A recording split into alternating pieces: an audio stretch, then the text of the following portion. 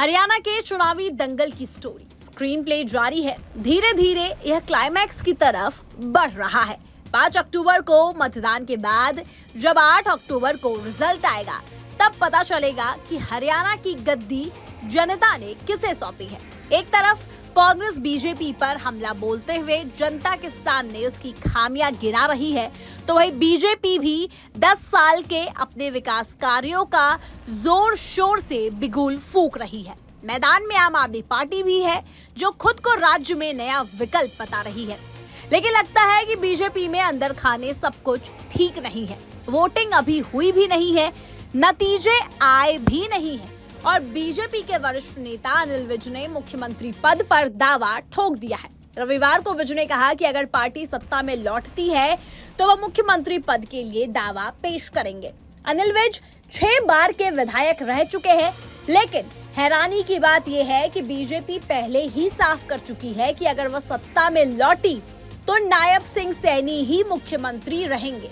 विज ने कहा, मैंने आज तक पार्टी से कभी कुछ नहीं मांगा। हरियाणा के लोग मुझसे मिलने आ रहे हैं, यहाँ तक कि अंबाला में भी लोग मुझसे कहते हैं कि मैं सबसे वरिष्ठ हूँ, लेकिन मैं मुख्यमंत्री नहीं बना। लोगों की मांग और वरिष्ठता के आधार पर इस बार मैं मुख्यमंत्री बनने का दावा पेश करूंगा।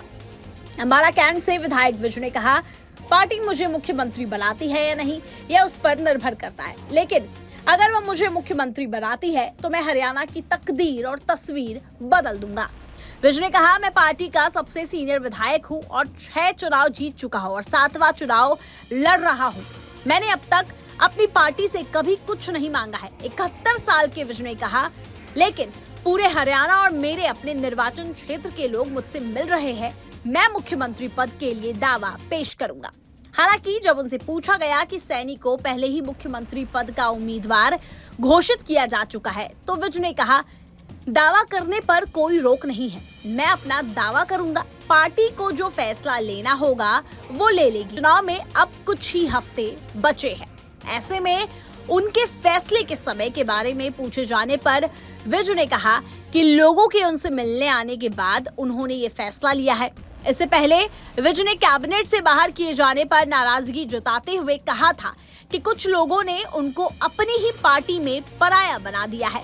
मार्च में बीजेपी ने मनोहर लाल खट्टर की जगह सैनी को मुख्यमंत्री बनाया था। साल 2019 के विधानसभा चुनाव में बीजेपी ने 40 सीटें जीती थी।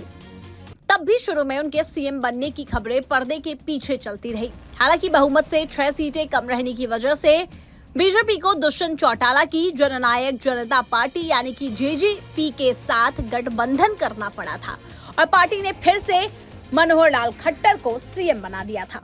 इसके अलावा 2019 में कांग्रेस ने विधानसभा चुनाव के दौरान 31 सीटें जीती थी। वहीं इंडियन नेशनल लोकदल ने 10 सीटों पर जीत हासिल की थी, जबकि 7 निर्दलीय आईएनएलडी और हरियाणा लोकहित पार्टी के एक उम्मीदवार ने भी जीत दर्ज की थी। भाजपा ने साल 2014 के विधानसभा चुनाव में 47 सीटें जीतकर राज्य में पहली बार सरकार बनाई थी।